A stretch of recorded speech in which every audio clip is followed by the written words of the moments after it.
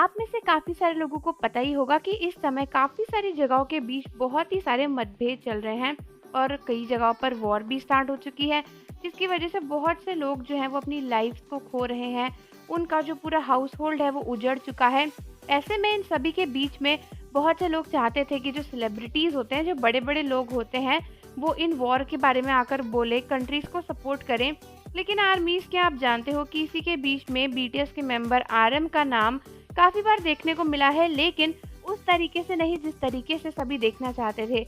बहुत से लोग चाहते थे कि बीटीएस के मेंबर्स आगे आकर इन चीज़ों को सपोर्ट करें और इन वॉर को बंद कराएं, जैसा कि इजराइल और फ़लस्तीन के बीच में चल रहा है। लेकिन बहुत से लोग अचानक से आरएम से ही गुस्सा हो गए और उनका कहना है कि आरएम उस कंट्री को सपोर्ट नहीं कर रहे जो कि वीक कंट्री है, जो कि मदद चाहती है, बल्कि वो सेलिब्रेट कर रहे हैं कि उस कंट्री में लोग अपनी जानों को खो रहे हैं, उनका जो घर है वो उजड़ रहा है। लेकिन क्या ये सच है? तो बेसिकली हुआ ये था कि जिस समय ये वॉर स्टार्ट हुई थी और जिस समय फ़लस्तीन पर अटैक हुआ था, उस समय काफ़ी सारे लोगों ने अपनी जानों को खोया और उनका सब कुछ उजड़ चुका था।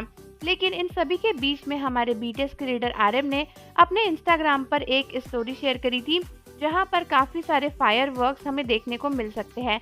एक्चुअली इस स्टोरी में आरएम ने एक फ़ोटो को पोस्ट किया था, जहां पर बिल्डिंग्स के पीछे काफ़ी सारे फायरवर्क्स होते नज़र आ रहे हैं।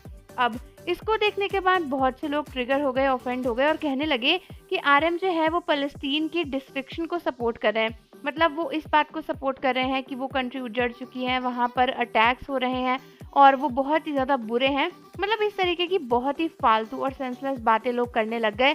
हालाँकि दोस्तों, समझने वाली बात ये है कि पहली बात तो आरएम की जो स्टोरी थी वो इस वॉर से रिलेटेड थी ही नहीं। उन्होंने इस वॉर से रिलेटेड कुछ भी स्टोरी नहीं डाली थी।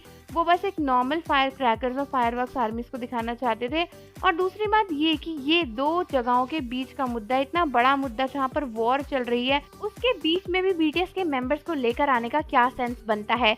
बीटीएस के मेंबर्स ऐसे इश्यूज पर बात नहीं करते, क्योंकि उन्हें भी पता है कि जहां वो कुछ अच्छा बोलने जाएंगे, लोग उनकी बुराई करना स्टार्ट कर देंगे। लेकिन आरएम ने तो इस बारे में कुछ बोला भी नहीं था, फिर भी लोगों ने खुद से ही इन बातों को कनेक्ट कर दिया, जिसकी वजह से बहुत सी आर्मीज गुस्सा भी हुई थी और वो ट्विटर वगैरह पर ये बात ट्रेंड करने लगी थी कि इन सभी चीज़ों के बीच में बीटीएस को मत लेकर आओ।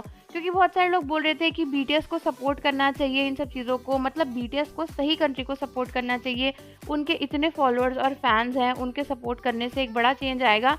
लेकिन आर्मी चाहती है कि बीटीएस को इन सब चीज़ों में ना घसीटा जाए और क्लियरली बीटीएस के लीडर आरएम का किसी भी कंट्री के डिस्ट्रक्शन को सपोर्ट करने का कोई भी मतलब और मोटिव था नहीं। ये सब कुछ सिर्फ उन हेटर्स और कुछ टॉक्सिक फैन के मन की गणत थी। तो आर्मीज, मुझे कमेंट करके ज़रूर बताओ कि क्या आपको भी ऐसा लगता है कि आरएम ने ये स्टोरी फ़लस्तीन से रिलेटेड डाली थी या फिर नहीं। और जाने से पहले चैनल को सब्सक्राइब कर लीजिए, बेल आइकन प्रेस कर दीजिए।